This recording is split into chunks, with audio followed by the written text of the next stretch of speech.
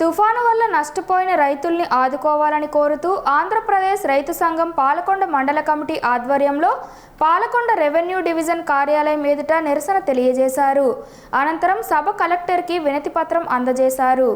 ఈ సందర్భంగా ఆంధ్రప్రదేశ్ రైతు సంఘం పార్వతీపురం మన్యం జిల్లా ఉపాధ్యక్షులు బంటు దాసు, అభ్యుదయ రైతు కాండాపు ప్రసాదరావు మాట్లాడుతూ తడిచిన మొలకెత్తిన రంగుమారిన ధాన్యాన్ని నిబంధనలు సడలించి ప్రభుత్వం కొనుగోలు చేయాలని, గత 8 రోజులుగా పడుతున్న వర్షాల కారణాల వల్ల పొలాల్లో నీరు నిల్వ ఉండి పెసలు మినుములు పాడైపోయినవని, వరి కుప్పలు నానిపోయి మొద్దయి మొలకెత్తడం జరిగిందని, నష్టపోయిన రైతులను ఆదుకోవాలని అన్నారు.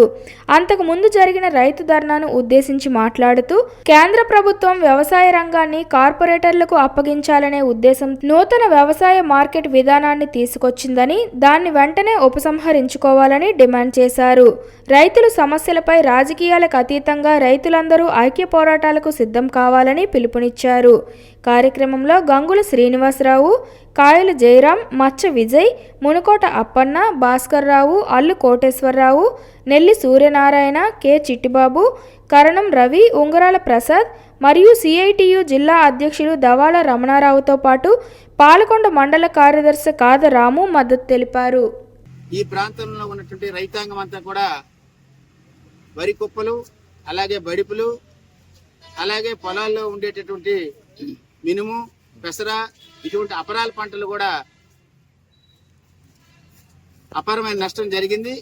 కాబట్టి ఈ పంటలకి జరిగినటువంటి అపారమైన నష్టాన్ని ప్రభుత్వం గుర్తించి తడిసిన ధాన్యాన్ని, మొలకెత్తిన ధాన్యాన్ని, రంగుమారిన ధాన్యాన్ని వెంటనే ప్రభుత్వం నిబంధనలు సడలించి కొనుగోలు చేసి రైతాంగాన్ని ఆదుకోవాలని చెప్పేసి కూడా కోరుతా ఉన్నాం. అలాగే అపరాలు ఏవైతే ఉన్నాయో మినప పెసర చేనులన్నీ కూడా ఈ తుఫాను కారణంగా పొలంలో నీటిలో మునిగిపోవడం జరిగింది.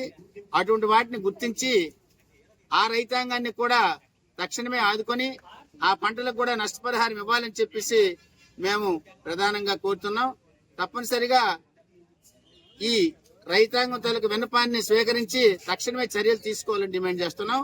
అలాగే ఈ తడిసిన రంగుమారిన ధాన్యంతో పాటు మంచి ధాన్యాన్ని కూడా ఈ ప్రాంతంలో ఉన్నటువంటి మిల్లర్లు అంతమంది కూడా ప్రభుత్వము 40 కేజీల నిబంధనలు ఉంటే వీళ్ళు 42 కేజీల వరకు తీసుకోవడం జరుగుతుంది. కాబట్టి ఇప్పటికైనా మిల్లుల మీద పర్యవేక్షణ చేసి ప్రతి రైతు దగ్గర 40 కేజీల నిబంధనల ప్రకారం ఒక ప్యాకెట్ తీసుకోవాలని చెప్పేసి కూడా మేము తెలియజేస్తున్నాం.